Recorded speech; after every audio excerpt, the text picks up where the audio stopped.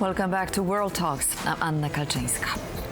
As Russia escalates its missile and drone attacks on Ukraine, it appears increasingly able to boost its weapons production, despite Western sanctions.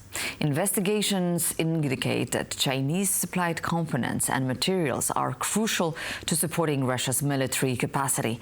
In a significant geopolitical statement, China's Foreign Minister Wang Yi said Beijing cannot accept a Russian defeat, warning that it would enable the US to focus entirely on China. This acknowledgment underscores the growing alignment between China and Russia and raises important questions about the effectiveness of sanctions and the West's response. Joining me to discuss the reality of the multinational support for Russia's war machine is Damian Ratka, Senior Editor, Defense 24. Good morning, sir. Thank you for being with us here in the studio. So, despite 2 years of sanctions, Russia is not only surviving, but seemingly expanding its military production. How much of that resilience can be directly attributed to Chinese support? Well, we cannot be definitely sure, but we can be sure so far that that support is significant. And the words of Chinese ambassador here are very important, because we need to get back in time to the 1980s. In the 1980s, the United States Armed Forces were so capable and so large that they could sustain large-scale warfare on 2 strategic fronts, so either Europe and also Pacific. Unfortunately, after Soviet Union collapsed, there were a lot of cuts in military budgets, both in the United States, in Europe. In the United States, these cuts were smaller, but still significant enough that United States Armed Forces right now do not have that strategic capability to perform large-scale conflicts in the same time on 2 strategic fronts. So Chinese know about that, and they see Russia as a force multiplier for them. So United States either can only focus on China in the Pacific or in Russia in Europe at that moment. So first and foremost, it is the United States that need to rebuild that capabilities they had in the 1980s. So this is the first thing. However, the question is, are they willing to? Willing, of course, there is the question of the budget and time. Even if they are willing to do so, they need time. And probably a lot of time. It's hard to tell that the US is really engaged in this conflict. Of course, they are providing arms supplies to Ukraine, but not to the extent that would be that is needed by Ukraine, basically. But to be fair, neither is Europe. This is because, well, United States do not have that problem, but they have the strategic problem. They need to always remember that they need strategic reserves for mobilization in case of war with China. However, Europe do not have these reserves.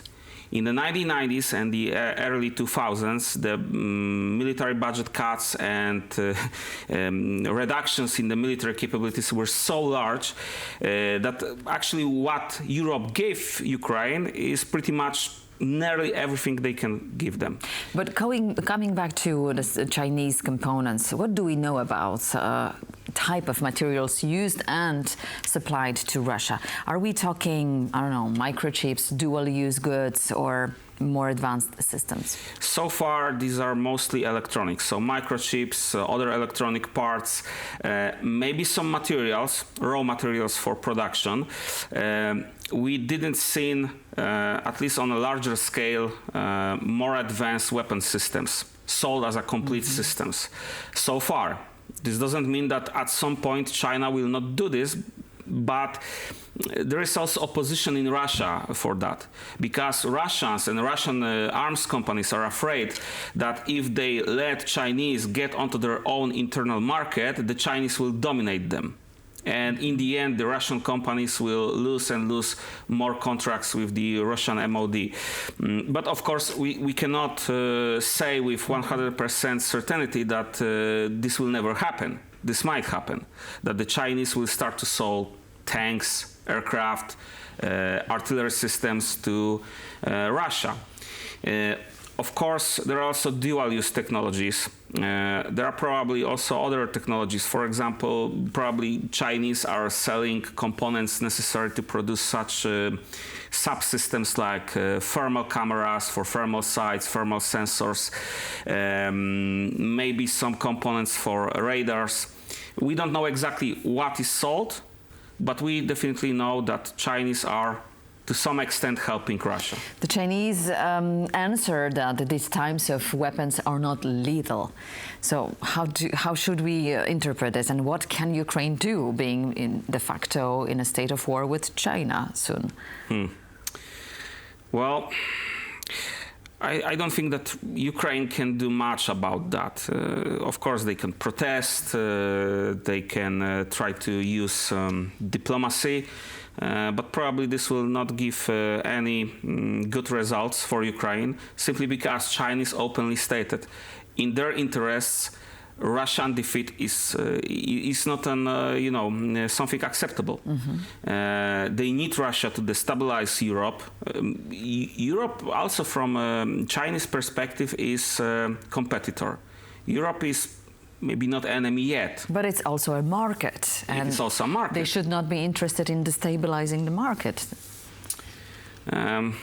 From a Westerner perspective, this makes no sense, but we speak here about completely different civilization. The Chinese want domination.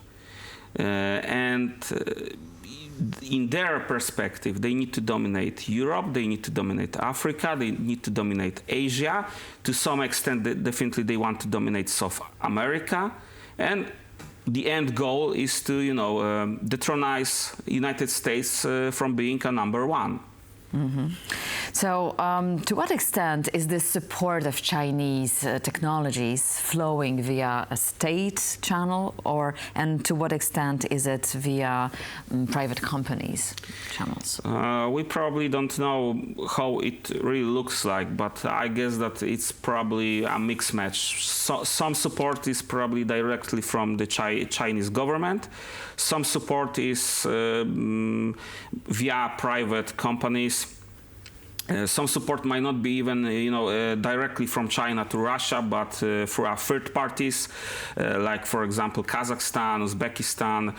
So they are importing components from China officially for their domestic use, and then they are selling it to Russia. They are doing this with, for example, Western components, Western electronics, etc., etc. You've mentioned this difference between Chinese and Russian models, military models and systems.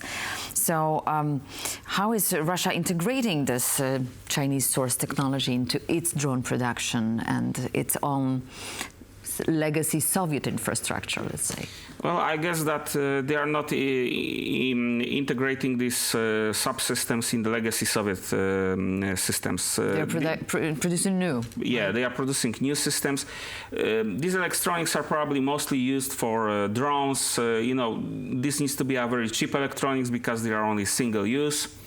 So they need to be produced in large quantities for a very low price. On the other hand, there are also electronics that are needed for more permanent systems like vehicles, like aircraft. But obviously here, probably Russians are more careful with integrating foreign electronics. They are producing their own, by the way, just on the lower scale. But they are definitely more careful with that because they want to keep control over their more advanced weapon systems. So here, using imported electronics might be a little bit dangerous for them. So what options, short of outright confrontation, obviously, with China, does the US or EU have in countering this process? First and foremost, but this is a very long-term strategy, and the US is actually doing it already. They started with President Biden, and they are continuing this today with President Trump. This is a strategic decoupling from China. So slowly, step by step, the economies must be decoupled from them, from both of them. The U.S. Yeah, economy. the U.S. Right. Its problem is how to decouple the Russia from the Chinese. Oh, that was the goal of President Trump. This is probably impossible. we need to be realistic that decoupling Russia from China is unrealistic, because we do not talk here about conflict on the level of states. We talk here right now about the conflict on the level of civilizations. Russia and China are completely different civilizations from the Western civilization. We cannot think that they are thinking like we are thinking. Their perspective is completely different. Their goals are completely different.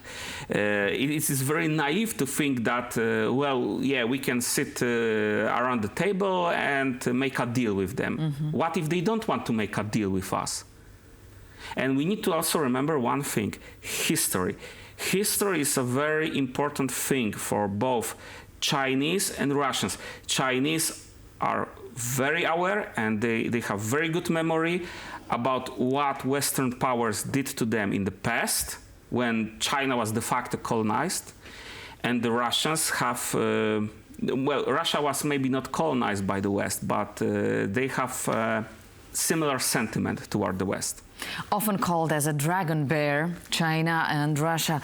This is definitely a topic worth a separate discussion and a longer one. Thank you so much, Damian Ratka, for joining us and sharing your insight here on TVP World. Thank you for joining World Talks on TVP World, and please stay tuned for more interesting commentaries and news.